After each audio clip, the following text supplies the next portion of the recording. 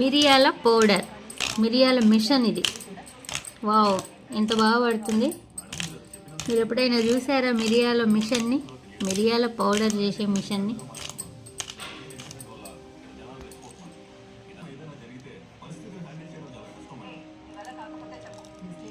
కింది నుంచి ఇట్లా పౌడర్ వస్తుంది, ఇక్కడ నుంచి అది పైన తిప్పుతూ ఉంటే ఇది ఇలా ఉంటుంది.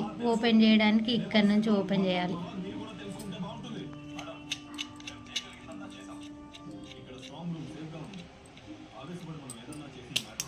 వావ్, మిరియాలు.